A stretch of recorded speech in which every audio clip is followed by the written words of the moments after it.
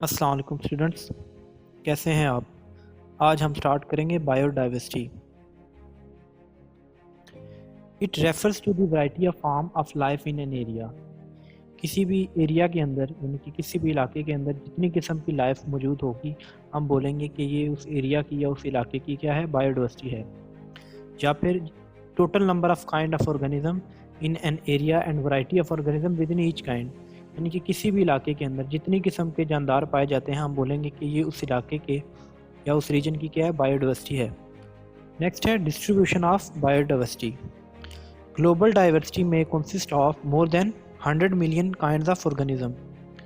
यानी कि पूरी दुनिया के अंदर 100 मिलियन से ज़्यादा किस्म के जानदार पाए जाते हैं। तो बायोडाइवर्सिटी किस किस चीज़ पे डिपेंड करती है? बायोडाइवर्सिटी 3 चीज़ों पे डिपेंड करती है: क्लाइमेट, एल्टीट्यूड और कंपोजिशन ऑफ सोइल। मतलब क्लाइमेट से क्या मुराद है, मसलन मौसम, किस किस्म का मौसम है, गर्मी है, सर्दी है, ये इस पे डिपेंड करती है। एल्टीट्यूड मतलब कितनी बुलंदी पे है कोई चीज़, यानी कि जानदार जो है लेट्स वो हिमालय पे कितनी है, या फिर कह लें कि सी लेवल पे कितनी है बायोडाइवर्सिटी। इस तरह फिर कंपोजिशन ऑफ सोइल, कि सोइल की कंपोजिशन यानी कि सोइल किस के जो न्यूट्रिएंट्स हैं वो किस से मिलके बनी है। अब हम देखते हैं कि बायोडाइवर्सिटी की अहमियत क्या है, इसकी इंपॉर्टेंस क्या चीज़ है। Importance of biodiversity: thousands of plants and animals provides us food. हज़ारों पौधे और जानवरों से हम खुराक हासिल करते हैं। नेक्स्ट है trees provides wood and fuel for homes. यानी कि दरख्त हमें लकड़ियाँ और ईंधन या कह लें फ्यूल देते हैं, जिसकी वजह से क्या करते हैं हम अपने घरों में इनको जलाकर हम खाना पकाते हैं। यानी कि देहात के अंदर क्या करते हैं हम लकड़ी वगैरह का जलाकर हम खाना पकाते हैं। Many species are sources of medicine and useful chemical. यानी कि बहुत सारी स्पीशीज़ हैं जो हम मुख्तलिफ़ किस्म की केमिकल्स और अद्वियात बनाते हैं, इनसे हम ना मुख्तलिफ़ किस्म की केमिकल्स और अद्वियात बनाते हैं। नेक्स्ट है many industrial materials from organism, building material, fibres, dyes, resin, gums and rubbers and oils वगैरह। यानी कि इसमें हम क्या करते हैं, यानी कि मुख्तलिफ़ किस्म के जानदारों से हम ना बिल्डिंग मटेरियल बनाते हैं। मतलब के पौधों से हम क्या कहते हैं, फर्नीचर वगैरह बनाते हैं। इसके अलावा जितने भी हैं हमारे फाइबर, डाइज, रेजन, गम्स, रबड़ और ऑयल्स वगैरह हम मुख्तलिफ़ किस्म के जानदारों से बनाते हैं। उसके अलावा biodiversity also plays important role in the maintenance of ecosystem. For example plant help in the recycling of carbon dioxide. यानी कि बायोडाइवर्सिटी क्या चीज़ है, इकोसिस्टम को मेंटेन करने के लिए अहम किरदार अदा करती है। मसलन जब हम सांस लेते हैं तो ऑक्सीजन को क्या करते हैं, इनहेल करते हैं, और कार्बन डाइऑक्साइड को क्या करते हैं, एक्सहेल करते हैं, यानी कि बाहर निकालते हैं। इस तरह क्या होता है, इनके प्लांट्स को क्या करते हैं, कार्बन डाइऑक्साइड को इनहेल करते हैं। इसकी वजह से क्या होती है, कार्बन डाइऑक्साइड की रिसाइकलिंग। नेक्स्ट है conversion of biodiversity. The biodiversity of many areas and the earth as a whole is decreasing day by day due to human activities. यानी कि कहता है कि इंसानों की जो सरगर्मियाँ हैं, इंसानों की वजह से क्या हो रहा है कि दिन ब दिन क्या हो रहा है, दुनिया के मुख्तलिफ हिस्सों और इलाकों में क्या हो रहा है, दिन ब दिन बायोडाइवर्सिटी कम हो रही है। नेक्स्ट हम कुछ टर्म इसमें देखते हैं। सबसे पहले है extinct species. A species that has no longer lives anywhere on earth is called extinct species. यानी कि ऐसी स्पीशीज़ जिनका वजूद दुनिया से ख़त्म हो गया हो, यानी कि ऐसी स्पीशीज़ जिनको ना जो दुनिया से नापैद हो गई हैं, ख़त्म हो गई हैं, ऐसी स्पीशीज़ को हम क्या कहते हैं, एक्सटिंक्ट स्पीशीज़। मसलन पाकिस्तान के अंदर आप देख सकते हैं पिक्चर के अंदर इंडियन टाइगर और जो ये चीता है, ये क्या हो गए हैं, एक्सटिंक्ट हो गए हैं, मतलब कि नापैद हो चुके हैं। स्टूडेंट्स आगे बढ़ने से पहले प्लीज़ इस वीडियो को लाइक करें और इस चैनल को ज़रूर सब्सक्राइब करें। नेक्स्ट हम दूसरी टर्म पे आ जाते हैं, endangered species. Species which is in the danger of extinction. यानी कि ऐसी स्पीशीज़ जिनको ख़तरा हो कि आने वाले ज़माने में या आने वाले वक्त में वो क्या हो, दुनिया से नापैद हो जाएं। मसलन पाकिस्तान में मारहोर यानी कि ऐसा जानवर है जिसके बारे में ये दावा किया जाता है कि वो एक वक्त आएगा कि वो एक्सटिंक्ट हो जाएगा। यानी कि अगर उसको कंजर्व ना किया गया, उसको बचाया ना गया, तो वो क्या होगा, तो वो नापैद हो जाएगा। नेक्स्ट है थ्रेटन्ड स्पीशीज़।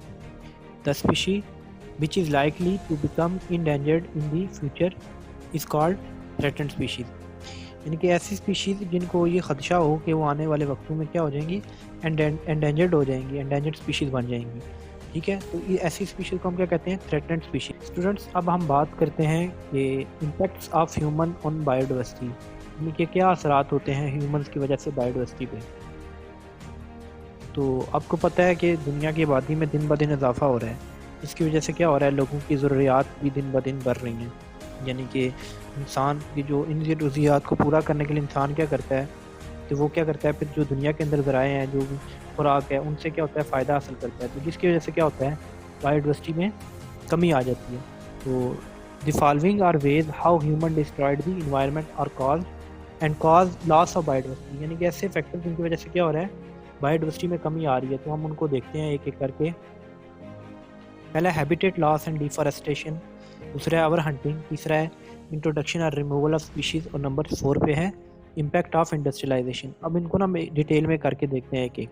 तो नंबर 1 है habitat loss and deforestation. Student आपको पता है कि किसी भी जानदार को ज़िंदा रहने के लिए खुराक और जगह की ज़रूरत है, यानी कि घर की ज़रूरत होती है, हैबिटेट की ज़रूरत होती है। तो हैबिटेट लॉस का मतलब क्या है?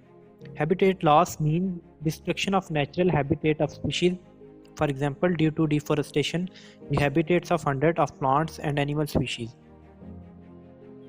मतलब कि कुदरती घर या हैबिटेट को तबाह कर देना, मतलब कि जानदारों की कुदरती घर या हैबिटेट को तबाह कर देना, मस्कन को तबाह कर देना। मसलन क्या है कि जैसे हम जंगलात की कटाई करते हैं, ठीक है, तो बहुत सारे जो दरख्त होते हैं, पौधे होते हैं, छोटे छोटे जो जानदार होते हैं, उनकी वजह से क्या होता है, उनको अपने घर से उनका जो हैबिटेट है वो क्या होता है, ज़ाया हो जाता है, यानी कि उनका घर टूट जाता है, ज़ाया हो जाता है। तो अब जहन में सवाल आता है कि हम डिफॉरेस्टेशन क्यों करते हैं, काजेज़ ऑफ डिफॉरेस्टेशन। तो there are number of reason of deforestation, यानी कि डिफॉरेस्टेशन की बहुत सारी वजह हैं। उनमें चंद एक क्या हैं, as a fuel, making furniture, production of paper, farming और grazing for cattle, to make new houses और टू एक्सपैंड सिटीज़। यानी कि हम इनको जो है लकड़ियों वगैरह को ईंधन के तौर पे इस्तेमाल करने के लिए यूज़ करते हैं। घरों वगैरह के लिए, फर्नीचर वगैरह बनाने के लिए भी आपको पता है इस्तेमाल करते हैं, लकड़ी जो है यूज़ करते हैं, दरख्तों से काट के लाते हैं। इसके अलावा स्टूडेंट पेपर की प्रोडक्शन के लिए, यानी कि पेपर की तैयारी में भी हम ये यूज़ करते हैं। उसके अलावा जो फार्म लैंड है या ग्रेजिंग फॉर कैटल, मतलब कि जो हमने ग्रेजिंग चारे के लिए, जो मवेशियों के चारे के लिए भी हम यूज़ करते हैं। उसके अलावा हम नए घर बनाने के लिए या फिर नई शहर बनाने के लिए भी हम इनको जंगलात को काटते हैं। नंबर 2 पे है ओवर हंटिंग। तो over hunting of animals is also cause of loss of biodiversity, यानी कि एक हद से ज़्यादा क्या करते हैं हम जानदारों का, जब जानवरों का हम शिकार करते हैं, तो जिसकी वजह से क्या होता है, बायोडाइवर्सिटी में कमी आती है। तो स्टूडेंट्स आपको पता है कि पाकिस्तान के अंदर बहुत सारी छिपकलियों को, सांपों को, मगरमच्छों को और बहुत सारे जो दूसरे मैमल्स हैं उन सब का शिकार करते हैं, ताकि हमें उनकी जो स्किन है वो हासिल करें और फिर उसको महंगे दामों में बेचा करें, फ़रोख्त करें। इसके अलावा 1 million bird migrate through Chitral every year, कि तकरीबन 10 लाख से ज़्यादा जो हैं बर्ड्स जो हैं वो चित्राल के रास्ते माइग्रेट करते हैं। तो लोग क्या करते हैं, तकरीबन उसमें से 2 लाख के करीब क्या करते हैं, उन बर्ड्स को उनका शिकार कर लेते हैं या उनको मार देते हैं या वो मारे जाते हैं इस माइग्रेशन के दौरान। तो जिसकी वजह से क्या होता है, बायोडाइवर्सिटी में कमी आ रही होती है। नेक्स्ट नंबर 3 है इंट्रोडक्शन और रिमूवल ऑफ स्पीशीज़। इंट्रोडक्शन और रिमूवल ऑफ स्पीशीज़, यानी कि किसी भी स्पीशीज़ को हम किसी दूसरे एरिया में लाना या फिर उसको किसी भी स्पीशीज़ को रिमूव करना। कहता है कि when a new species is introduced in an ecosystem it may prove harmful for other species of that area. कहता है जब हम कोई भी नई स्पीशीज़ किसी भी एरिया के अंदर या किसी इकोसिस्टम के अंदर दाखिल करते हैं, तो क्या होता है कि वो उस जो एरिया के स्पीशीज़ के लिए क्या होता है, नुकसानदेह साबित हो सकता है। फॉर एग्जांपल यूकलिप्टस प्लांट जो है were imported to Pakistan from Australia. These plants consumes more water and have distributed the level of underground water, so other smaller plants find it difficult to grow near these eucalyptus plant. मतलब कि क्या है कि एक जो सफ़ेदे का दरख्त है, ये ऑस्ट्रेलिया से पाकिस्तान लाया गया, तो क्या करता था, इसका ये जो बहुत ज़्यादा पानी कंज्यूम करता था, यानी कि बहुत सारा पानी कंज्यूम करता था, जिसकी वजह से क्या था कि जो इसके इर्द गिर्द थे ना जो छोटे पौधे, वो ग्रो ही नहीं कर सकते थे। तो जो हमारे अंडरग्राउंड यानी कि जो नीचे ज़ेर ज़मीन पानी होता है, उसके ज़राए में भी कमी आ रही थी। दूसरी इसकी मिसाल है कि अगर हम कोई स्पीशीज़ रिमूव कर दें किसी इकोसिस्टम में, तो क्या इफ़ेक्ट आता है। तो कहता है in an ecosystem starfish eat mussels, the mussels are harmful to many other species, if starfish is removed from the ecosystem the mussel will increase in number, they will kill many other species. इनके कहता है कि एक starfish क्या करती है, म्यूजल को ईट करती है, म्यूजल को खाती है। तो अगर हम उसमें से स्टारफिश को रिमूव कर दें तो क्या होगा कि जो म्यूजल होंगे वो क्या करते हैं, दूसरी स्पीशीज़ को नुकसान पहुंचाते हैं। तो जिसकी वजह से क्या होगा, नंबर लास्ट पॉइंट है इम्पैक्ट ऑफ इंडस्ट्रियलाइजेशन, यानी कि इंडस्ट्री का बायोडाइवर्सिटी पे क्या इफेक्ट होता है। तो कहता है कि chemical release from industries are harmful for species and ecosystem, के जो इंडस्ट्री से केमिकल वगैरह निकल रहे होते हैं वो क्या होते हैं, स्पीशीज़ और इकोसिस्टम के लिए हार्मफुल होते हैं। तो कहता है कि pollution is not considered as a cause of extinction, यानी कि जो नापैद व जानदार होते हैं ये पोल्यूशन उसकी वजह नहीं होता, लेकिन क्या है, but it is usually harm those species which lives in small area, लेकिन ये उनको नुकसान पहुंचाता है जो कि छोटे एरिया में रह रहे हैं।